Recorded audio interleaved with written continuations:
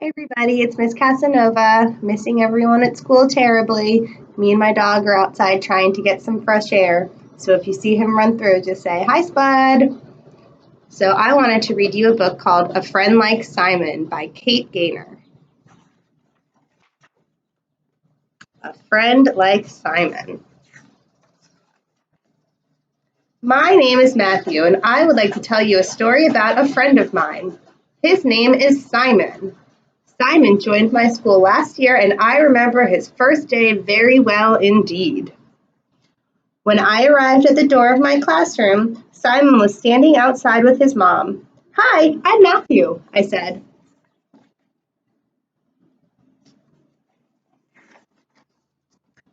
Simon's mom gave a big smile. "It's nice to meet you, Matthew," she said. "Simon, would you like to say hello to Matthew?" she asked. But Simon just turned away and looked at the ground. Our teacher told us that Simon would be joining our class that year. He would take part in most of our lessons, but sometimes he would get help with his lessons, with his work from a special teacher too.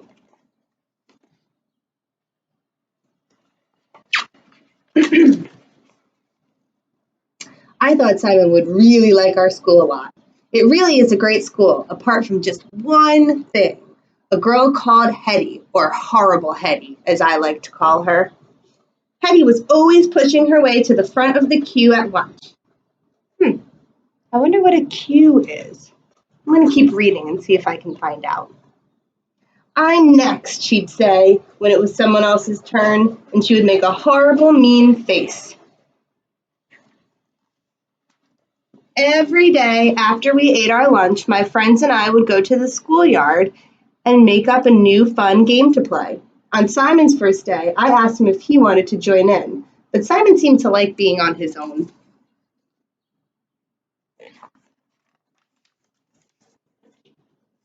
As time went by, I noticed Simon acted a little differently from the other boys and girls in my class.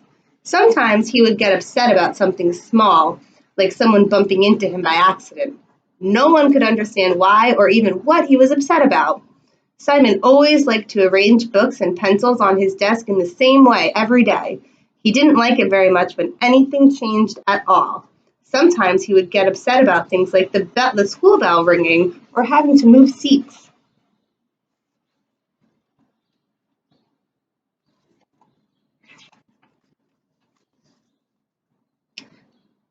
Because Simon was a little different from my other friends, I soon stopped asking him to take part in the games, and sometimes I got annoyed if a teacher tried to get him to join in.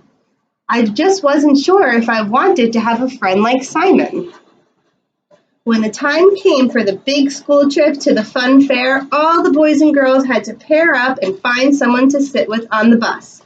"Why don't you and Simon pair together today?" asked our teacher.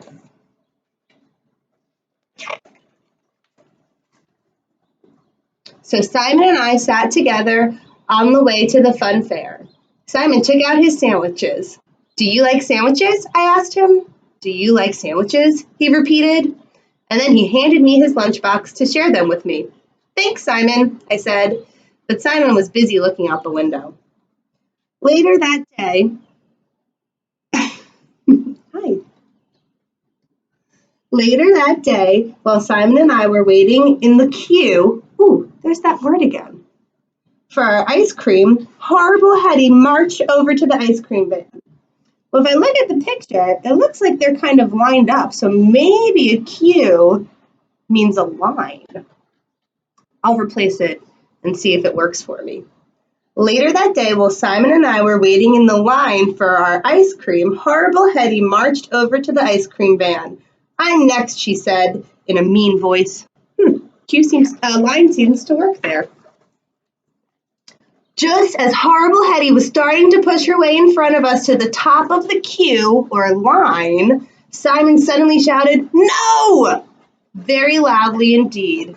Hetty got such a fright, her pigtails flew up in the air, and she quickly turned around and ran off. "Thanks, Simon," I said. "Thanks, Simon," he replied, looking up at the lights of the big Ferris wheel.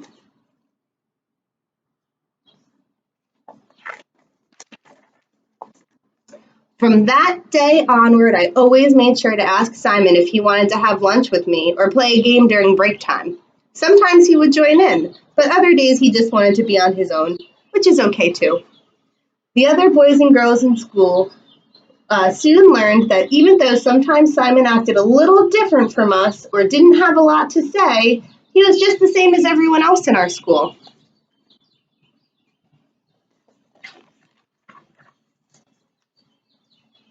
Simon helped me to see that leaving someone out because they are different is something that only a horrible Hetty would do. He also showed me just how great it is to have a friend like Simon. Do you have a friend like Simon? Why don't you tell me your story? And then there's a page in the back where you can write your special story about one of your friends. So if you want to do that at home, feel free.